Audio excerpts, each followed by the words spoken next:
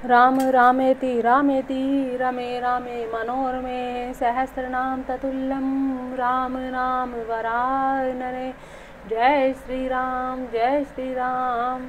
रामायण की कल की कथा में हमने पढ़ा था कि भगवान राम जी भाई लक्ष्मण जी माता सीता जी के साथ वन के लिए चल पड़े हैं और सभी अयोध्यावासी भी विरह से व्याकुल थे, तो वो भी बच्चों और बूढ़ों को छोड़ करके राम जी के साथ हो लिए।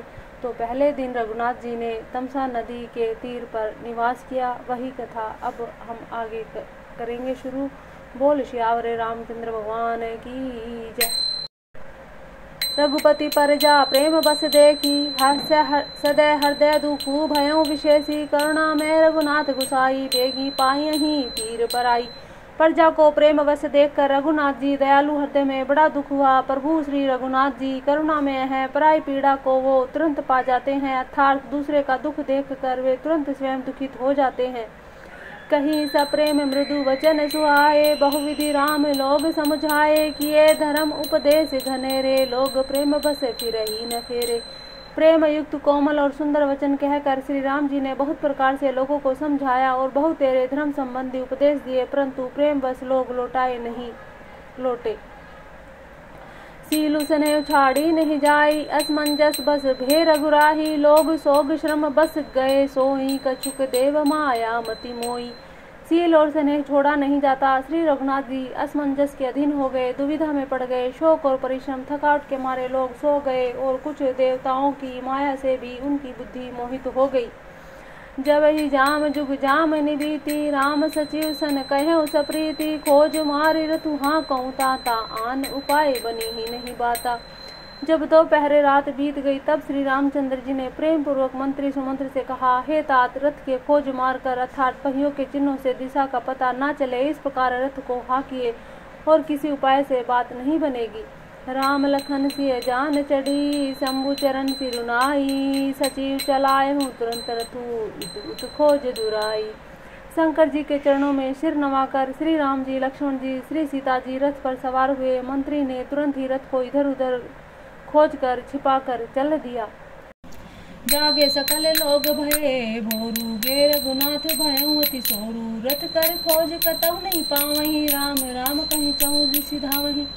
सवेरा होते ही सब लोग जागे तो बड़ा शोर मचा कि रघुनाथ जी चले गए, कहीं रथ का खोज नहीं पाते। सब हाय राम पुकारते हुए चारों ओर दौड़ रहे हैं। मनहु बार निधि बूढ़ जहाजु, भयो विकल बड़ बनिक समाजु, एक देहि उपदेशु, तजे राम हम जानी कलेशु। मानो समुद्र में जहाज डूब गया हो, जिससे व्यापारियों का समुदाय बहुत ही व्याकुल हो उठा हो। वे एक दूसरे को उपदेश देते हैं कि श्री रामचंद्र जी ने हम लोगों को क्लेश होगा यह जानकर छोड़ दिया।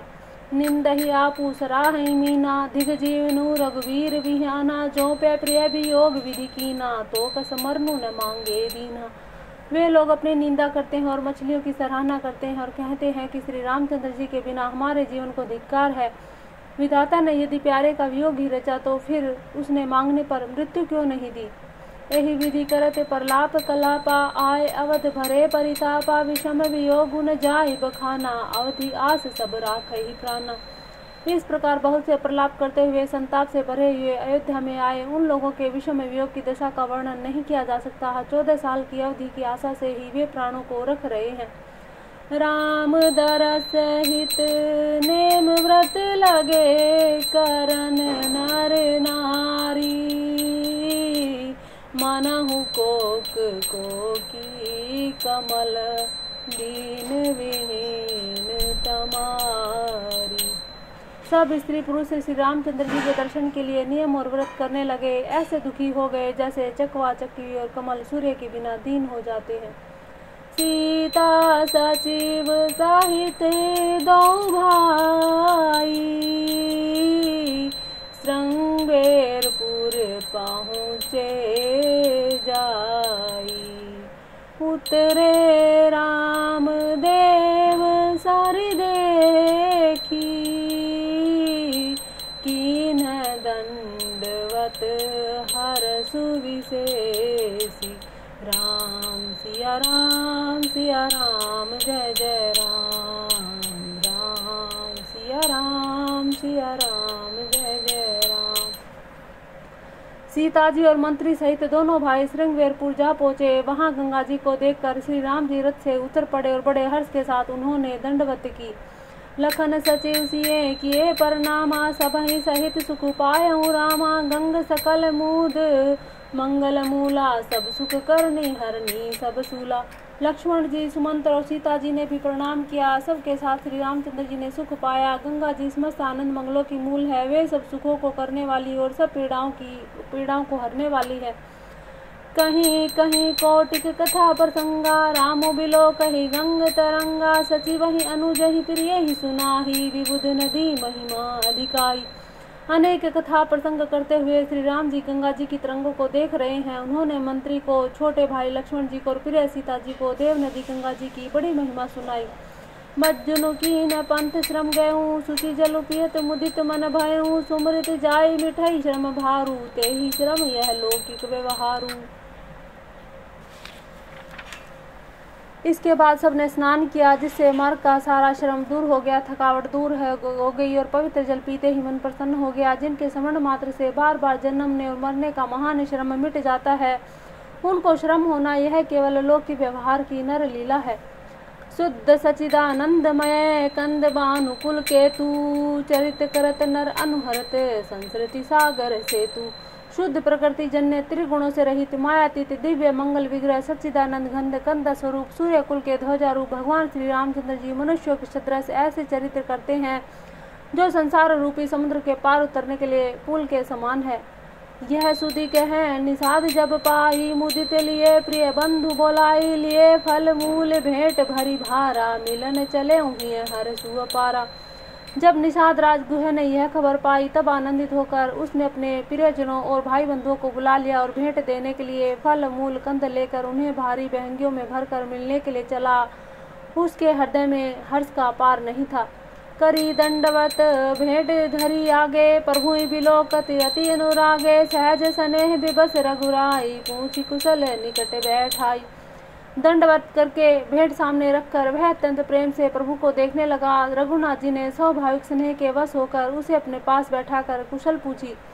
नाथ कुशल पद पंकज देखे, भयऊ भाग भाजन जन लेखे। देव धरनी धनु धाम तुम्हारा, मैं जनु नीचु सहित परिवारा।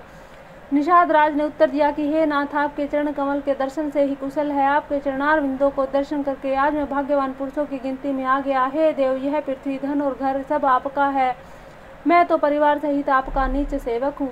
कृपा करिए पुरधारिय पाऊँ, धापिय जनु सबु लोग सिहाऊँ। कहूँ सत्य सबु सखा सुजाना, मोहि दीन पितु आए सुहाना। अब कृपा करके श्रृंगेरपुर में पधारिए और इस दास की प्रतिष्ठा बढ़ाइए, जिससे सब लोग मेरे भाग्य की बड़ाई करें। श्री रामचंद्र जी ने कहा, हे सुजान सखा, तुमने जो कुछ कहा वह सब सत्य है, परंतु पिताजी ने मुझको और ही आज्ञा दी है।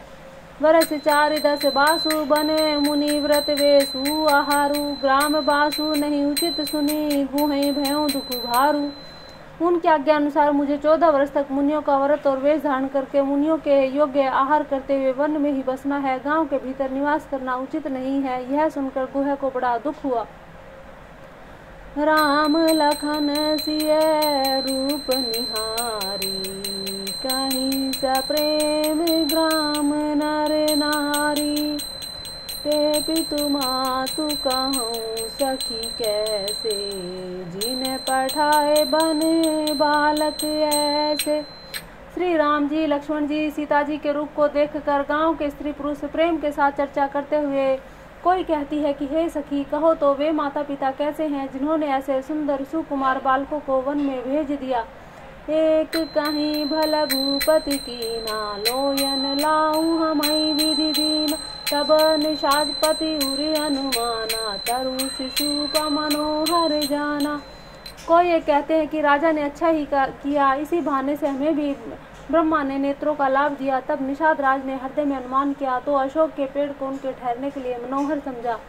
ले रघुनाथ ही ठाऊं दिखावा, कहूँ राम सब भांति सुहावा। पुरजन करी जो हारु घर आए, रघुवर संध्या करन सिधाए। उन्होंने श्री रघुनाथ जी को ले जाकर वह स्थान दिखाया। श्री रामचंद्र जी ने देखकर कहा कि यह सब प्रकार से सुंदर है। पूर्ववासी लोग जोहार वंदना करके अपने अपने घर लौटे और श्री रामचंद्र जी संध्या करने पधारे। गुहें सवारी साथरी डसाई, कुश किसलमय मृदुल सुहाई, सुचि फल मूल मधुर मृदु जानी, दोना भर भरी राखे सिपानी। गुहे ने इसी बीच कुश और कोमल पत्तों की कोमल और सुंदर साथरी सजाकर बिछा दी और पवित्र मीठे कोमल देख देख कर दोने भर भर कर फल मूल और पानी रख दिया, अथवा अपने हाथ से फल और मूल दोनों में भर भर कर रख दिए। सिय सुमंत्र भ्राता सहित कंद मूल फल खाई, सैन किने रघुवंश मणि पाए पलोटत भाई। सीता जी, सुमंत्र जी, भाई लक्ष्मण जी सहित कंद मूल फल खाकर रघुकुल मणि श्री रामचंद्र जी लेट गए। भाई लक्ष्मण जी उनके पैर दबाने लगे। उठे लखनऊ प्रभु सोवत जानी, कहीं सची वही सोवन मृदुबानी, कछुक दूरी सजी बान सरासन, जागन लगे बैठी वीरासन। फिर प्रभु श्री रामचंद्र जी को सोते जानकर लक्ष्मण जी उठे और कोमल वाणी से मंत्री सुमंत्र को सोने के लिए कहकर वहां से कुछ दूर पर धनुष बाण से सजकर वीरासन में बैठकर जागने लगे, पहरा देने लगे। गुहें बोलाई पाहरु प्रतीति, ठाम ठाम राखे अति प्रीति, आपु लखन पही बैठे उजाई, खटी भाती सर चाप चढ़ाई। गुहे ने विश्वास पात्र पहरेदारों को बुलाकर अत्यंत प्रेम से जगह जगह नियुक्त कर दिया और आप कमर में तरकस बांध कर तथा धनुष बाण चढ़ाकर लक्ष्मण जी के पास जा बैठा। सोवत प्रभु ही निहारी निषादु, भयउ प्रेम बस हृदय विषादु, तनु पुलकित जल लोचन बहाई, वचन स प्रेम लखन सन कहई। प्रभु को जमीन पर सोते देखकर प्रेम वश निषाद राज के हृदय में विषाद हो आया। उसका शरीर पुलकित हो गया, नेत्रों में प्रेमाश्रु का जल बहने लगा। वह प्रेम सहित लक्ष्मण जी से वचन कहने लगा। भूपति भवन सुभाए सुहावा, सुरपति सदुन न पटतर पावा, मणि व्यय रचित चारु चौबारे, जनुरति पति निज हाथ सवारे। महाराज दशरथ जी का महल तो स्वभाव से ही सुंदर है, इंद्र भवन भी जिसकी समानता नहीं कर सकता। उसमें सुंदर मणियों के रचे चौबारे, छत के ऊपर के बंगले हैं, जिन्हें मानो रति के पति कामदेव ने अपने ही हाथों से सजाकर बनाया है। सची सुविचित्र सुभोगमय, सुमन सुगंध सुबास, पलंग मंजू मणि दीप जह, सब विधि सकल सुपास।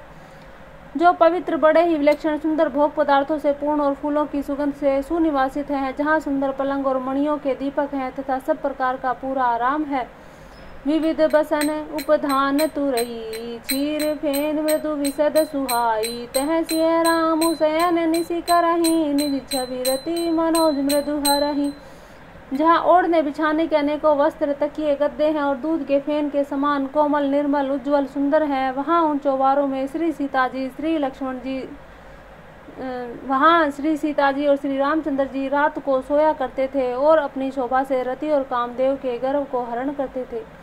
ते सिय राम साथरी सोए, श्रमित वशन बिनु जाहि न जोए, मातु पिता परिजन पुरवासी, सखा सुशील दास अरुदासी।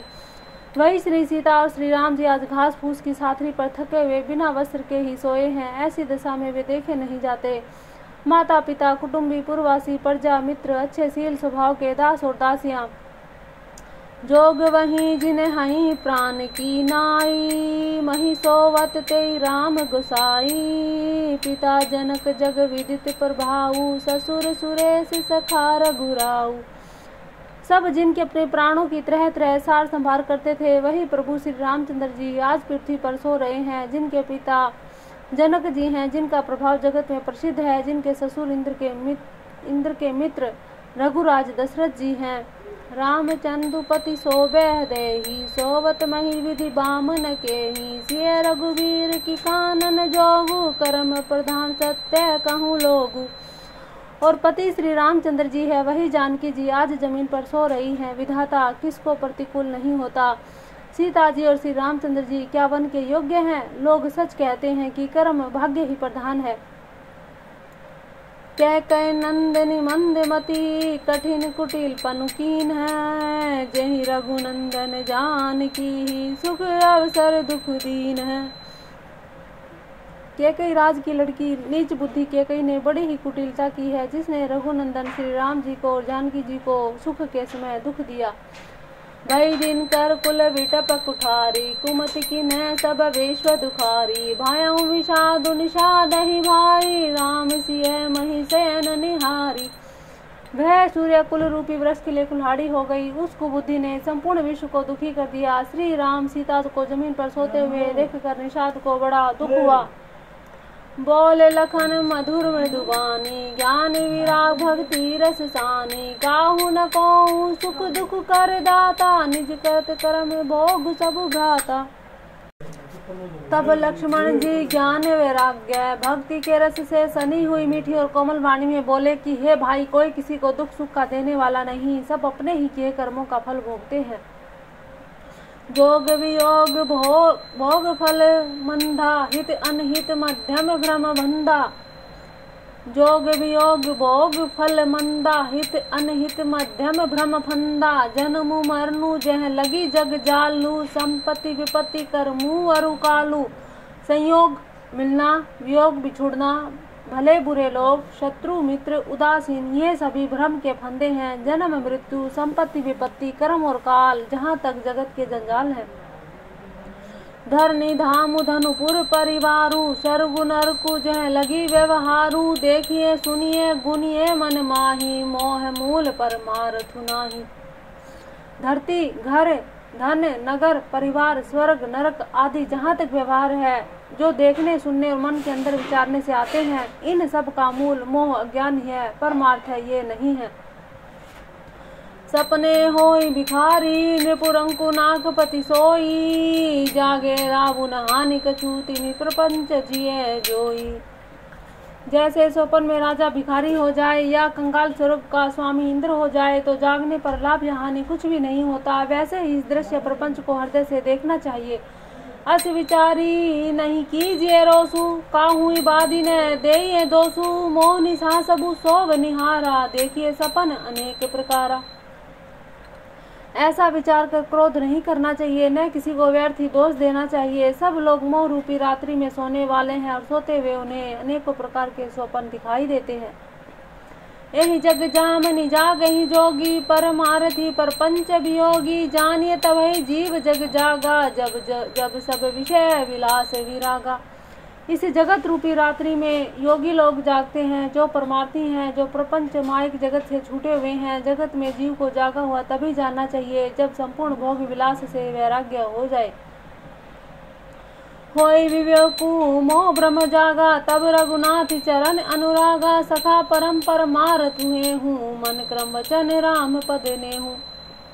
विवेक में होने पर मोह रूपी भ्रम भाग जाता है, तब अज्ञान का नाश होने पर श्री रघुनाथ जी के चरणों में प्रेम होता है।